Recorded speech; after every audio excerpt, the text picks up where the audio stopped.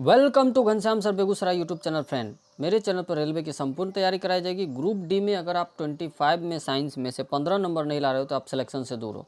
2 crore form गिर चुके हैं और 8th पे भी लागू होने वाला है, तो मुझे लगता है कि आपका सिलेक्शन जरूर होगा अगर आप सही क्वेश्चन और टफ क्वेश्चन को लगाओगे। तो ईजी क्वेश्चन लेके बैठ जाते हो, लूसेंट लेके बैठ जाते हो, कोई भी वीडियो लगा लेते हो, उससे आपका सिलेक्शन नहीं होने वाला। और इसमें मैंने फिजिक्स, केमिस्ट्री, मैथ और बायो और उसके बाद न्यूमेरिकल, ये सारे क्वेश्चन शामिल हैं।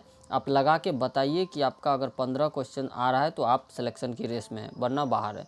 निम्न में से कौन सी ऊष्मीय ऊर्जा की इकाई नहीं है? ऊष्मीय ऊर्जा की इकाई जो है दोस्तों वो किलोवाट नहीं है, ठीक है। किलोवाट जो होता है वो विद्युत शक्ति या सामर्थ्य का इकाई होता है। मैं ज़्यादा प्रचार प्रसार नहीं करूँगा, मैं आपको खाली सही मार्गदर्शन दूंगा ताकि जल्द से जल्द आपका सिलेक्शन हो। 20 न्यूटन, ये देखिए न्यूमेरिकल का क्वेश्चन है। मैं न्यूमेरिकल से भी आपको रूबरू करा रहा हूँ, क्योंकि जो है न्यूमेरिकल लोग छोड़ देते हैं, केवल एक टाइप के वीडियो दिन भर देखते रहते, तो आपका सिलेक्शन नहीं होने वाला। 20 न्यूटन का एक बल एक वस्तु को 2 मीटर विस्थापित कर देता है और 20 जूल कार्य करता है। बल और विस्थापन के बीच का कोण है। देखिए बल, ये न्यूटन फोर्स का यूनिट होता है। फोर्स कितना लग रहा है? 20 न्यूटन लग रहा है। डिस्प्लेसमेंट को डी से आप इंडिकेट करते हो, 2 मीटर विस्थापित हो रहा है और वर्क काम कितना करना पड़ रहा है? 20 जूल काम करना पड़ रहा है। तो बल और विस्थापन के बीच कोण, आपको एक फॉर्मूला याद रखना पड़ेगा, क्लास 9th या 10th के एनसीईआरटी 9th में है। Work is equal to force into displacement, जैसा कि आपको पता है। और इसमें आप कॉस थीटा लगा देना, कॉस थीटा, ठीक है। तुरंत आंसर निकल आएगा। वर्क कितना हो रहा था? 20 जूल वर्क हो रहा था। फोर्स कितना लग रहा था? फोर्स जो है 20 न्यूटन का फोर्स लग रहा था। डिस्प्लेसमेंट जो है दोस्तों 2 मीटर हो रहा था। कॉस थीटा, यही थीटा आपको निकालना है, कॉस थीटा, ठीक है। 20 से 20 कैंसिल हो गया, कितना बार में? एक बार में, ठीक है ना। 20 से 20 कैंसिल हो गया। चलिए इसको मैं एक बार और यहाँ पर लिख देता हूँ। 1 is equal to 2 into cos theta. देखिए टाइम देना पड़ेगा आपको, तभी आपका सिलेक्शन होगा। आप लोग करते क्या हो, कोई सा भी वीडियो लगा के बैठ जाते हो, देखते रहते हो। भाई जो क्वेश्चन पूछा गया है 2-2 बार, जो क्वेश्चन आया वो क्यों नहीं पढ़ते हैं आप लोग इधर उधर केवल भटकते रहते हैं। और ये 2 उधर चला जाएगा तो 1/2 हो गया, यहाँ हो गया कॉस थीटा। कॉस थीटा का वैल्यू 1/2 कितने पे होता है? 60 डिग्री पे होता है। इसका करेक्ट आंसर हो जाएगा। चलिए नेक्स्ट क्वेश्चन पे चलता हूँ मैं, बिना किसी देर के, बिना किसी बकवास किए हुए। 1-1 घंटे लोग लगा दे रहे हैं, 2-2 घंटे 25 क्वेश्चन को बताने में, लेकिन मैं वैसा नहीं करूँगा। देख लीजिए आप लोग एक्सप्लेनेशन को इसमें देख सकते हैं, स्क्रीनशॉट ले सकते हैं और फर्दर आप इसको याद भी कर सकते हैं। नेक्स्ट जो 3rd नंबर क्वेश्चन है दोस्तों, सही रणनीति ना होने की वजह से ही हम लोग गड़बड़ करते हैं एग्जाम में। अब देखिए सही क्वेश्चंस को पढ़िए आप। जब आप एक कॉइल स्प्रिंग को, अब देखिए कुछ लोग क्या कहते हैं कि एनसीईआरटी भाई पढ़ना चाहिए, ठीक है, लेकिन मसला है कि एनसीईआरटी तो पढ़ लेते हो आप, लेकिन उसको सही जगह अप्लाई कैसे करना है वो समझ नहीं आ पाता। इसलिए पहले आपके पास अगर समय है तो आप प्रीवियस ईयर क्वेश्चन लगाइए, फिर जाके एनसीईआरटी करिए, वरना आप उलझ के रह जाओगे, होने वाला नहीं है। जब आप एक कॉइल स्प्रिंग, मेरे चैनल पर प्रीवियस ईयर के मैथ, रीजनिंग, साइंस सारे वीडियो आपको मिल जाएंगे। कॉइल स्प्रिंग को कंप्रेस करते हैं। अब ये देखना कोई स्प्रिंग है, ठीक है, हो गया, लेकिन अब आप इसको क्या कर दे रहे हो? कंप्रेस कर दे रहे हो, दबा दे रहे हो, ठीक है ना। तो आप उस पर काम करते हो, काम तो भाई कर रहे हैं तभी तो दबाए हैं। प्रत्यास्थ स्थितिज ऊर्जा डैश है। प्रत्यास्थ स्थितिज ऊर्जा क्या हो जाएगी?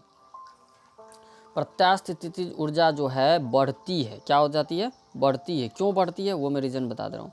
आपने इसको कंप्रेस कर दिया, दबा दिया, इसको आप छोड़ोगे तो ये ऊपर फोर्स लगाएगा कि नहीं लगाएगा? लगाएगा ना। तो इसका क्या होगा? पोटेंशियल एनर्जी बढ़ गया है दोस्तों, ठीक है। नेक्स्ट क्वेश्चन पे चलता हूँ मैं, और नेक्स्ट जो इसका एक्सप्लेनेशन है वो देख लीजिए दोस्तों आप। कोई भी वस्तु जिसमें प्रत्यास्थ गुण पाया जाता है उसमें एक प्रकार की स्थितिज ऊर्जा पाई जाती है। जैसे रबर को आप कंप्रेस कर दियो या खींच दियो तो उसमें स्थितिज ऊर्जा पाई जाएगी। चलिए नेक्स्ट क्वेश्चन पे चलता हूँ मैं। 4 नंबर जो हमारा सवाल है, विकल्पों में उल्लिखित तथ्यों में कौन सा गुरुत्वाकर्षण के सार्वभौमिक नियम द्वारा नहीं समझाया गया है? आप ये जो नहीं वर्ड है इस पर ध्यान देना। मैं फिर से इसको एक्सप्लेन करता हूँ। ये नहीं वर्ड जो है ना बहुत एग्जाम में दिक्कत करता है स्टूडेंट को। ये देखिए जल्दीबाजी में आप क्या करोगे, ये नहीं वर्ड नहीं पढ़ के कोई भी मार दोगे, हो जाएगा। वह बल जो हमें पृथ्वी से बांधे रखता है धरती से, ये तो है ही है। ग्रहों के चारों ओर सूर्य की गति, ये भी आपको लगेगा कि सही है। पृथ्वी के चारों ओर चंद्रमा की गति, ये भी है सही। चंद्रमा और सूर्य के कारण ज्वार भाटा आता है, ये भी सही है। बट इस क्वेश्चन में बी नंबर ऑप्शन को जब आप ध्यान से पढ़ोगे, ग्रहों के चारों ओर सूर्य की गति, भाई सूर्य ग्रह का चक्कर कब से लगाने लगा, सूर्य तो कांस्टेंट रहता है इसी जगह पे, तो ये क्वेश्चन आपका गलत हो जाएगा। ठीक है, अब देखिए इसका एक्सप्लेनेशन मैं आपको बता देता हूँ। संसार के किन्हीं दो वस्तुओं अथवा पिंडों के बीच लगने वाले गुरुत्वाकर्षण बल उनके द्रव्यमानों के गुणनफल के समानुपाती तथा उनके बीच की दूरी के वर्ग के व्युत्क्रमानुपाती होते हैं। इससे भी रिलेटेड क्वेश्चन पूछे गए हैं एग्जाम में। ठीक है, आप देख लेना, इसको फर्दर स्क्रीनशॉट ले लेना। 5 नंबर क्वेश्चन जो देखिए दोस्तों, आप बताइए क्या ये एनसीईआरटी से लिया गया? मैं बता रहा हूँ कि एनसीईआरटी से लिया जाता है सवाल, लेकिन उसको किस ढंग से अप्लाई करना है वो आपको पता नहीं चलता। इसलिए पूरा प्रीवियस ईयर को आप पहले पी जाओ, उसके बाद एनसीईआरटी लगाना। इसका बहुत ने सिटी स्कैन मार दिया, कोई अल्ट्रा ये कुछ भी मार दिया, लेकिन इसका करेक्ट आंसर जो होगा वो होगा अल्ट्रासोनोग्राफी। ठीक है, वो क्यों होगा चलिए मैं देखता हूँ आगे। इसमें देखना गौर से, आप जब गौर से देखोगे ना इसमें, ये देखिए बच्चा का इमेज बन रहा है इसमें, है ना। चलिए आगे मैं इसको एक्सप्लेन करता हूँ। अल्ट्रासोनोग्राफी या सोनोग्राफी चिकित्सीय निदान का एक महत्वपूर्ण तथ्य है। जब क्या होता है कि बेबी पेट में रहता है तो उसके बारे में जानकारी ली जाती है, लेकिन इसका गलत यूज हर जगह हो रहा है। इसमें सरकार आंखें बंद कर रही है, क्योंकि बेटी बचाओ बेटी पढ़ाओ कर रही है।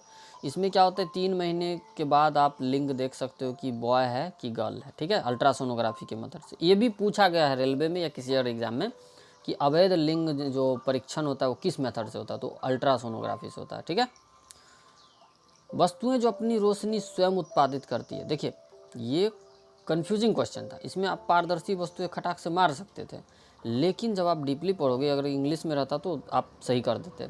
आपने लुमिनस चीज़ें पढ़ा होगा, ऐसे इसका आंसर डी नंबर हो जाएगा। तो चमकदार वस्तुएं इसका आंसर हो जाएगा, जो अपना रोशनी उत्पादित करती है, और चमकदार वस्तुओं को आप लोग लुमिनस ऑब्जेक्ट बोलते हो। ठीक है, ये 6 नंबर हो गया। 25 क्वेश्चन में पूरे एक्सप्लेनेशन के साथ बताऊंगा। चूँकि मैंने 1700-1800 लोगों से कंपटीशन किया है, तो मैं इस गर्व से कह सकता हूँ कि मैं आपको सजेस्ट कर सकता हूँ, मैं आपको गाइड कर सकता हूँ। ठीक है, निम्नलिखित में से कौन से कथन सही है? सही कथन को आपको चुनना है। चलिए देखते हैं। अब ये क्वेश्चन देखना, अब ये क्वेश्चन बताओ मुझे, क्या किसी के भी एनसीईआरटी में इस ढंग से फ्रेम किया हुआ है? जी नहीं, इसके लिए आपको पीवाईक्यू पढ़ना पड़ेगा। चुंबकीय क्षेत्र की प्रबलता क्षर चुंबक के केंद्र में सर्वाधिक प्रबल होती है। अब चलिए इसको एक्सप्लेन करता हूँ मैं, केवल आंसर नहीं बताऊँगा। बहुत सारे चैनल पे क्या करते हैं, खाली आंसर बता के आगे बढ़ जाते हैं। ठीक है, वो मैं नहीं करूँगा। देखिए इसमें नॉर्थ से लिख दिया मैंने, बार मैग्नेट है, साउथ लिख दिया। क्या इसके मिडिल में मैग्नेटिक फील्ड सबसे ज़्यादा होती है? जी नहीं, ये तो पहले ही गलत हो गया। बार मैग्नेट में जो है कॉर्नर पे मैग्नेटिज्म ज़्यादा होता है। ठीक है, तो गलत हो गया। कोई भी दो चुंबकीय बल रेखाएं प्रतिच्छेद नहीं कर सकती है। जी हाँ, ये बिल्कुल सही है। मान लो ये कोई वायर है, इसके इधर मैग्नेटिक फील्ड लग रहा है, इधर भी लग रहा है, तो ये जो है ये कभी भी एक दूसरे को प्रतिच्छेद नहीं करता, ये एक दूसरे के पैरेलल होता है। ठीक है, इससे भी रिलेटेड क्वेश्चन आया था ग्रुप डी में, एक दूसरे के पैरेलल मैग्नेटिक फील्ड लगता है, तो ये सही होगा। चुंबकीय बल रेखाएं सतत वक्र का निर्मित करती है, मतलब सर्कुलर, इस टाइप से देखिए, इस टाइप से सतत वक्र निर्मित करेगी कि नहीं करेगी? एकदम करेगी, क्योंकि देखिए ये मैग्नेटिक फील्ड है, ये मैग्नेटिक फील्ड है, इधर लग रहा है, इधर भी मैग्नेटिक फील्ड लग रहा है, इसके अंदर कोई वायर है, उससे करंट फ्लो कर रहा है, या फिर कुछ भी है, तो चुंबकीय, मान लीजिए चुंबक ये है, तो इसके चारों ओर स्टेप से मैग्नेटिक फील्ड जनरेट होता है कि नहीं होता है? इसलिए ये दोनों आंसर जो है आपका सही हो जाएगा, 1, 2 और 3। ठीक है, एक दूसरे को क्रॉस नहीं करता। ठीक है, अब जो ये क्वेश्चन है, ये क्वेश्चन दोस्तों आप बताना कि कहाँ से उठाया गया। ये क्वेश्चन 100 बात की एक बात मैं अभी भी बताऊंगा। पीवाईक्यू, टेरा ब्लू एक्सटी टीजे नामक स्मार्ट ग्लोब का आविष्कार किया, जो मिर्गी के दौरे का संकेत देती है। राज लक्ष्मी बोरठाकुर इसका आंसर हो जाएगा, देख लेना आप लोग एक्सप्लेनेशन। नेक्स्ट क्वेश्चन पे चलता हूँ। 2 करोड़ फॉर्म गिरे, 4 करोड़, कोई प्रॉब्लम नहीं है, आपकी रणनीति सही रहेगी तो सिलेक्शन झक मार के आएगी। ठीक है, देखिए ये जो 4 स्टेट दिया है, सॉलिड, लिक्विड, गैस, प्लाज्मा दिया गया है। अब चलिए इसके बारे में आप पढ़िए, इसमें भी 100 लोगों ने गलती किया होगा। मैं दूसरी बात मैं इजी क्वेश्चन नहीं बताता हूँ, केवल टफ क्वेश्चन बताता हूँ मैं, जिससे आपका सिलेक्शन रुकता है। पदार्थ की चारों अवस्थाओं की आणविक व्यवस्था देखी जा सकती है। जी हाँ, बिल्कुल सही है। आपको क्या बोला, अनुमान नहीं लगाया जा सकता है ना, उसको ढूंढना है। प्लाज्मा एक तरल पदार्थ है जो शरीर के सभी कोशिकाओं में मौजूद है। अब पढ़ोगे तो मुझे सही लगेगा, लेकिन मैं देखता हूँ बाद में। यह आकृति पदार्थ की चौथी अवस्था अर्थात प्लाज्मा को प्रदर्शित करती है, या ये भी है, प्लाज्मा को तो प्रदर्शित कर ही रही है। सॉरी ये दोस्तों थोड़ा सा बड़ा हो गया, इसको थोड़ा छोटा कर देता हूँ। डी नंबर, यह आकृति पदार्थ की विभिन्न अवस्थाओं के बारे में जानकारी प्रदान, ये भी सही है, लेकिन जब आप बी नंबर में डीपली एक्सप्लेन करोगे ना इसको, तो ये गलत हो जाएगा। क्यों? प्लाज्मा एक तरल पदार्थ है जो शरीर की सभी कोशिकाओं में मौजूद रहता है। क्या प्लाज्मा जो है नाखून उसमें भी रहेगा? प्लाज्मा बाल में भी रहेगा? जी नहीं, इसलिए ये आपका गलत हो गया। ठीक है, एकदम गलत हो गया। चलिए नेक्स्ट क्वेश्चन पे चलता हूँ। अब ऑप्शन देखिए किस ढंग से ऑप्शन दिया गया है, एकदम लग रहा है कि आदमी बीपीएससी का एग्जाम दे रहा है। कौन सा परमाणु का उपकण नहीं है? जेनॉन, ये तो कोई भी मार सकता था, लेकिन जो नए स्टूडेंट है वो थोड़ा सा कंफ्यूज हो सकता है। देखिए कभी भी क्या होता है ना, प्रोटॉन और न्यूट्रॉन जो है वो अंदर में होता है, ठीक है, उसके बाहर क्या होता है कि इलेक्ट्रॉन चक्कर लगाते रहता है, ठीक है ना, इस टाइप से होता है, तो इसलिए कि वो जो है जेनॉन नहीं होगा। अब ये क्वेश्चन देखना और उसके बाद आप लोग बताना कि कैसे याद रखोगे इसको। बिल्कुल सिंपल सी बात है, आपको 1 से लेकर 40 तक एटॉमिक नंबर याद होने चाहिए रेलवे ग्रुप डी में, 118 नहीं होने चाहिए, मैं पहले से बता दे रहा हूँ। लेकिन दुर्भाग्य से यहाँ आपको 45 तक याद रखना पड़ सकता है, लेकिन 1 से 40 तक ही क्वेश्चन आता है। मुझे 1 से 40 तक याद है, इसलिए आप लोग भी कर लें। रोडियम का इलेक्ट्रॉनिक विन्यास क्या है? पहले तो रोडियम का जो एटॉमिक नंबर है वो 45 है, और उसका इलेक्ट्रॉनिक विन्यास जब आप बनाओगे 1s2 2s2 2p6 3s2 3p6 3d10 4s2 4p6 4d8 5s1, और जब आप इसको फर्दर प्लस कर लोगे 2 2 4 6 10 10 2 12 12 6 18, ये सब प्लस करोगे ना आप, तो 45 आ जाएगा।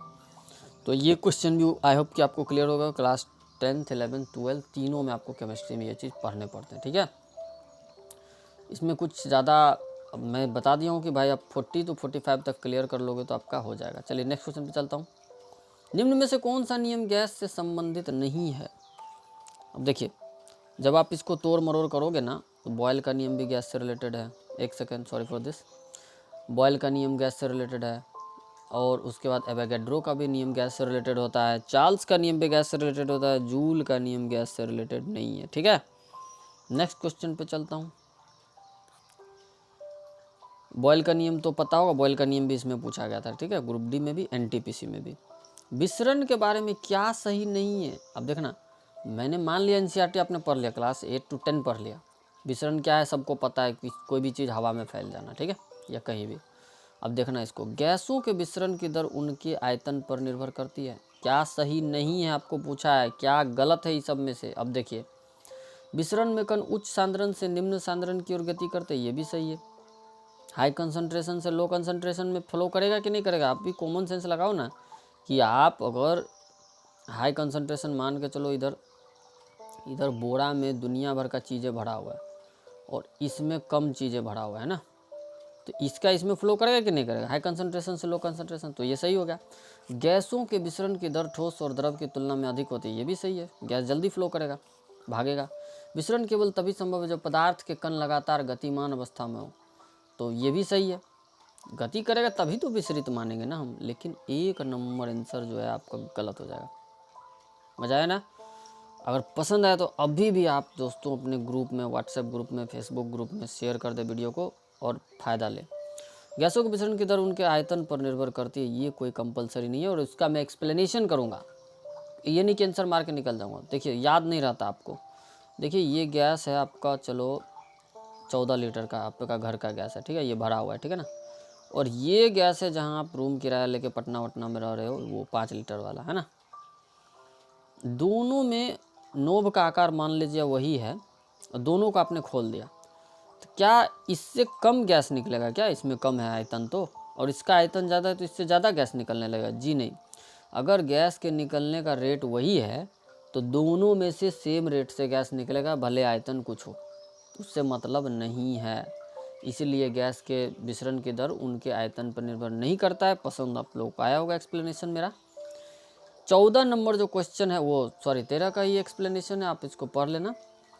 और गैसों के विसरण से संबंधित नियम कौन दिया था? तो ग्राहम साहब ने दिया था, ये भी आप लोग याद रख लेना, इसको स्क्रीनशॉट ले लें। अगर आप लोगों को दोस्तों PDF चाहिए होगा तो टेलीग्राम पे t.me Ghanshyam sir Begusarai search करके ले सकते हो। बट मैं PDF ज़्यादा देना पसंद नहीं करता हूँ, क्योंकि होता क्या है कि PDF आप पढ़ते नहीं हो, मोबाइल के इंटरनल स्टोरेज में पड़ा रहता है वो। आप उससे अच्छा वीडियो देख लो 2-3 बार, आपको पूरा याद हो जाएगा। कार्बनिक कार्बन यौगिक का गलनांक आयनिक यौगिकों की तुलना में कम क्यों होता है? तो इसका एक्सप्लेनेशन देखिए बी नंबर, अणुओं के बीच क्षीण आकर्षण बल के कारण। मतलब जो होता है वो अट्रैक्शन जो होता है ना, अट्रैक्शन वो बहुत कम होता है, ठीक है, इस वजह से होता है। आप इसको पूरा पढ़ लें, वरना वीडियो बहुत लंबा हो जाएगा। बट मैं अपने आप से एक्सप्लेन कर रहा हूँ, आप लोग को एग्जाम में बहुत कम समय लगेगा, मैं एक्सप्लेन कर रहा हूँ इसलिए ज़्यादा समय लग रहा है। CuSO4 MgSO4 + Cu, उपरोक्त अभिक्रिया में Mg ये है, इसका आंसर हो जाएगा अपचायक कर्मक हो जाएगा, ठीक है। नेक्स्ट क्वेश्चन पे चलता हूँ मैं।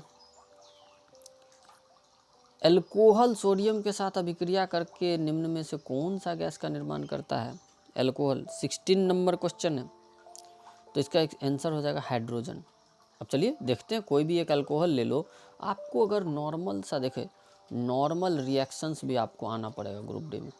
ये सब क्वेश्चन कोई बता नहीं रहा है, केवल आप बस क्या पढ़ रहे हो देखना, गति का नियम कौन दिया? न्यूटन दिया। और उसके बाद जितना भी इजी क्वेश्चन है सारे लूसेंट तो भाई पढ़ो ही मत। अगर आपको समय है तो प्रीवियस ईयर क्वेश्चन पढ़ लो, लूसेंट मत पढ़ो, इसलिए आपका सिलेक्शन नहीं होता। फिर कहते हो कि 2 करोड़ फॉर्म गिर गया, 4 करोड़ फॉर्म गिर गया। एल्कोहल सोडियम के साथ अभिक्रिया करके हाइड्रोजन गैस निर्माण करती है, देखना। थोड़ा सा रिएक्शन अगर आपको करवाने आता है, मैं केमिस्ट्री का स्टूडेंट हूँ तो मैं करके देख लेता हूँ, अगर मुझे नहीं भी मालूम रहता है। देखना, सोडियम का जो रिएक्शन है CH3CH2OH कोई अल्कोहल है, उसके साथ रिएक्शन करवाया तो CH3CH2O बना, और देखना सोडियम गैस बन रहा है, सॉरी क्या है, कौन सा, हाँ तो हाइड्रोजन गैस बन रहा है, सोडियम तो गैस होता नहीं है, ठीक है। चलिए नेक्स्ट क्वेश्चन पे देखना हाइड्रोजन गैस बन रहा है कि नहीं बन रहा है ना, इसको भी आप स्क्रीनशॉट ले लेना। अब ये क्वेश्चन का जवाब देने में अच्छों का पाँव फूल गया था, बट है क्या कि आप NCERT में जब आप जाओगे किसी चैप्टर में तो इस ढंग से दिया हुआ है, लेकिन ये लोग खुद से डिज़ाइन करते हैं। मैंने बोला ना कि NCERT ठीक है, लेकिन ये लोग डिज़ाइन देखो खुद से करते हैं। ए क्या है? ए जो है, आप ऑप्शन 4 में आ जाओ, ऊपरी अधिचर्म है, ऊपरी अधिचर्म। बी क्या है? बी बी बी बी कहाँ है? निचली बाह्य त्वचा है। सी जो है, सी गार्ड सेल है, ये देखो छोटा छोटा है ना, रक्षक कोशिका है। डी जो है, डी क्या है? ये वायु अवकाश है। ई क्या है? ई जो है ये हरित लवक, ठीक है। चलिए उम्मीद है आप लोगों को समझ में आ गया होगा, थोड़ा जूम करके इसको देख लेना, बट समझ में आ जाएगा। देखना अपने क्वेश्चन का लेवल देखा है आपने? आप दिन भर कोई भी वीडियो लगा के देख लेते हो, कहते हो सिलेक्शन नहीं हुआ। विद्युत मोटर का कौन सा भाग उसमें प्रवाहित धारा की दिशा उलट देता है? मृदु लोह कोर, जी नहीं, आई थिंक क्लास 10 से लिया गया। विभक्त बल है, इसको स्प्लिट रिंग बोलते। देखिए लड़का ने गलत कर दिया। मैं आपको एक चीज़ और सजेस्ट करूंगा, मैंने आपको क्यों बोला 25 में से आप मात्र 15 सही करो, जितना हो सके आप उतना ही करो, अन्यथा 1/3 निगेटिव है, पूरा आपका चौपट करके ये दम लेगा। इसलिए आप ये देखिए, ये गलती मत करें। अगर नहीं मालूम है तो छोड़ देना आंसर एग्जाम में। विभक्त बल इसका करेक्ट आंसर हो जाएगा। नेक्स्ट क्वेश्चन पे चलता हूँ। श्वसन की इनमें से किस अभिक्रिया में ऑक्सीजन की आवश्यकता होती है? ऑक्सीजन की आवश्यकता होती है, तो डायरेक्ट आप आ जाओ पायरोवेट के CO2, H2O और ऊर्जा में रूपांतरण। अगर आप सारे ऑप्शन को पढ़ते ना तो ये आप करेक्ट कर देते। ऑक्सीजन की आवश्यकता हम ही लोग से एग्जाम्पल ले लो। आप ये बताओ कि जब आप ऑक्सीजन लेते हो तो क्या ये आपको एनर्जी नहीं मिलती है ना, तो जिंदा ही नहीं रहते हम लोग। उसके बाद कार्बन डाइऑक्साइड का निर्माण होता है कि नहीं होता है? ऑक्सीजन ही तो कार्बन डाइऑक्साइड में बन जाता है हम लोग के अंदर जाके, हम लोग के शरीर के अंदर जाके यही तो होता है, वाटर और एनर्जी में रूपांतरित हो जाता है। इसका करेक्ट आंसर हो जाएगा। सारे ऑप्शन पास दिए गए। श्वसन तंत्र का कौन सा भाग वायु मार्ग? ये आपका विंड पाइप हो गया है ना, ये मुंह हो गया, ये विंड पाइप हो गया ना, और ये आप हो गया ना। ये विंड पाइप को कोलैप्सिंग से रोकता है। ये विंड पाइप तो मान लो मांस का है भाई, पाइप है एक तरह से, इसको ढहने से, चिपकने से कौन रोकता है? चिपकने से जो है उपास्थि वलय रोकता है। आप ये क्वेश्चन को मैं इजी मानूंगा, अगर आप पूरा पढ़ते तो दे सकते थे। पसली, पसली देखिए, पसली इसको बोलते हैं, ये 12 पेयर में रहता है ना आपका, पेट के ऊपर, चेस्ट के नीचे जस्ट, उसको बोलते हैं पसली। किसी किसी कमज़ोर बच्चे में ये दिख भी जाता है। अब ये देखो, वो पास्थी वलय क्यों रोकता है, ये देखो गले में आपने देखा होगा, इस टाइप से, इस टाइप से, इस टाइप से गले में देखा होगा ना, तो यही वलय, वलय का मतलब ही होता है गोल सा रिंग टाइप का, ठीक है। तो उपास्थि वलय उसको ढहने से रोकता है, इसमें ये लोग एडजस्ट होकर रहते हैं, इसलिए आप खाना खाते हो तो इसके अंदर ये काम करता है, नहीं तो ये चिपक जाता है ना। उपास्थि वलय इसका करेक्ट आंसर हो जाएगा। इस क्वेश्चन का जवाब देखिए, ये कहाँ से लिया वो खुद पता नहीं है ना, लेकिन इस क्वेश्चन का जवाब जो है मैं दूंगा, और आप याद कर ले, फिर से आपको आएगा तो आप जवाब दे पाओगे। देखो कॉपर टी क्या करता है, 4 नंबर, निषेचन को रोक देता है। अब इसको मैं केवल ये नहीं बताऊंगा निषेचन को रोक देता है, मैं और बता रहा हूँ आपको। देखो ये स्पर्म है और ये ओवम है ना, ये दोनों मिल जाएगा तो निषेचन हो जाएगा, तो निषेचन हो जाएगा तो यहाँ भ्रूण बन जाएगा ना। लेकिन ये कॉपर टी क्या करता है, कॉपर टी यहाँ मान लो कॉपर टी आ गया, कॉपर टी ये स्पर्म को क्या करता है, डीएक्टिवेट कर देता है, या फिर उसको समझिए कि मार देता है। तो इस वजह से ये जिंदा रहा नहीं, तो इससे कैसे निषेचन करेगा, नहीं करेगा, इसलिए। चलिए मुख्य गोलियाँ, ये सारे कॉन्ट्रासेप्टिव मेथड है, बच्चे पैदा से रोकने के लिए इसको यूज़ किया जाता है। अब मुख्य गोलियाँ क्या करता है, देखो बी का 3 नंबर, रोपण रुक जाएगा, इम्प्लांटेशन नहीं होता है। देखो अब क्या हुआ कि स्पर्म आया, ओवम भी है, यहाँ पे क्या हुआ, रोपण हो जाएगा ना। लेकिन आप किसी महिला ने गोली खा लिया, ओरल पिल्स खा लिया, तो ये ही रुक जाएगा तो बच्चे पैदा नहीं होंगे, ठीक है। अब देखना 3 नंबर, पूरा समय देना होगा आपको दोस्तों, फिर आप किसी भी चैनल को लगा के फिर ये नहीं कहोगे कि मुझे सिलेक्शन नहीं हुआ। कॉन्डोम क्या करेगा, दूसरा नंबर, शुक्राणु गर्भाशय ग्रीवा तक नहीं पहुंचने देते, ये तो आप मार सकते थे, अगर आपको 2 भी आता है तो पूरा आंसर सही हो जाता।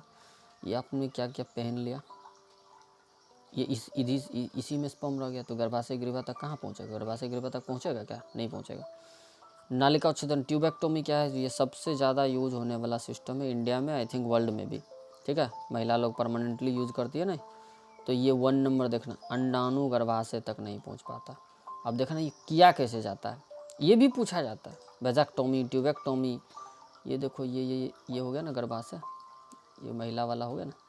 अब इस जगह क्या होता है कि इस जगह एक ट्यूब होता है, इस जगह एक ट्यूब होता है, यही दोनों से ओवम आके इस जगह पर, ये गर्भाशय हो गया बीच वाला, यही दोनों से ओवम आके यहाँ से फिर स्पर्म चल जाता है, तो वहाँ जाके फर्टिलाइज होकर बेबी बन जाता है। तो यहाँ पे क्या करते हैं डॉक्टर लोग, ये नलिका को ऐसे काट दिया, ये नलिका को ऐसे काट दिया, तो उससे होता क्या है कि ओवम इसमें गर्भाशय में नहीं पहुँच पाता।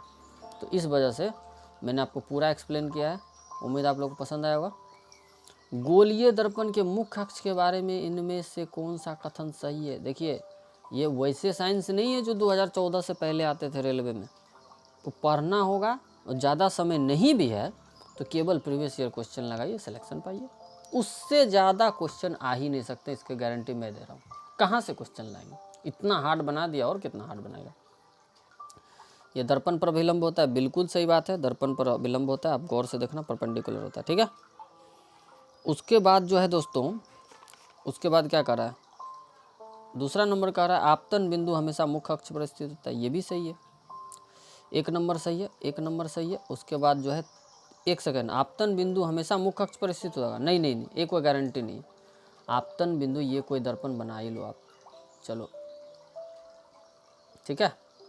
आपतन बिंदु कहीं से भी हो सकता है, हमेशा मुख्य फोकस पर कैसे होगा, ये क्या बात हो गई, मुख्य फोकस हमेशा मुख्य अक्ष पर स्थित होता है, ये भी सही बात है, ठीक है। ये देखना दर्पण पर परपेंडिकुलर है कि नहीं, ठीक है। आगे चलता हूँ मैं, एक धारावाही परिनालिका के लिए इनमें से कौन सा कथन सही नहीं है, भाई पानी पिला देने वाले क्वेश्चन है ये। धारावाही परिनालिका सोलिनॉइड जिसको आप बोलते हो, क्लास 12th में भी पढ़ाया जाता है, इसका उपयोग मृदु लोहे के टुकड़े को चुंबकित करने के लिए किया जाता है, एकदम सही है। परिनालिका के यूज मृदु लोहे का ही यूज होता है चुंबकित करने में। यह क्षर चुंबक की भांति कार्य करता है, जी नहीं, यह क्षर चुंबक की भांति कार्य नहीं करता। क्षेत्र रेखाएं संकेंद्रित वृत्त होती है, अभी जस्ट मैंने 4-5 क्वेश्चन पहले बताया था ना कि ये सर्कुलर चुंबकीय क्षेत्र लगा सकता है, तो ये दोनों करेक्ट आंसर हो जाएगा, बात खत्म। 2 क्वेश्चन मेरे पास और है, 24 नंबर रिपीट हो गया है, sorry for that. 25 number question ये लास्ट क्वेश्चन है और उम्मीद है कि क्वेश्चन टफ लगा होगा आप लोगों को और यही क्वेश्चन आपके सिलेक्शन को रोकते हैं। ईजी वाले तो सारे लोग बना देंगे, बुद्धू लोग भी बना देंगे। तो बल्ब के फिलामेंट को डैश प्राप्त करने के लिए अत्यंत पतला और लंबा बनाया जाता है, हाई रेजिस्टेंस, उच्च प्रतिरोध इसका करेक्ट आंसर हो जाएगा। इसमें ज़्यादा कुछ है नहीं। और एक रेजिस्टेंस से रिलेटेड फॉर्मूला है, आप लोग याद रख लेना, पूछा जाता है, V equal to I R, ठीक है, या R equal to resistance equal to क्या होता है V बाय आई, ठीक है, ये याद कर लेना, आ जाएगा। उम्मीद है 8 पे नेक्स्ट ईयर से लागू होने वाला है। आप लोग को 30-35 हज़ार तक सैलरी बनेगी, बड़ा सा क्वार्टर मिलेगा और सारे लोग सिलेक्शन लेंगे। मेरे चैनल पर जुड़े रहे, ये नहीं कि आप मेरे से ही जुड़े, जहाँ आपको अच्छा लगता है वहाँ जाएँ, कोई दिक्कत नहीं, लेकिन क्वेश्चन टफ पढ़ें, इंपॉर्टेंट क्वेश्चन पढ़ें और अपने सिलेक्शन को धार दें। सारे फेसबुक व्हाट्सएप ग्रुप में मेरे वीडियो को शेयर करें। धन्यवाद। वीडियो देखने के लिए आपका बहुत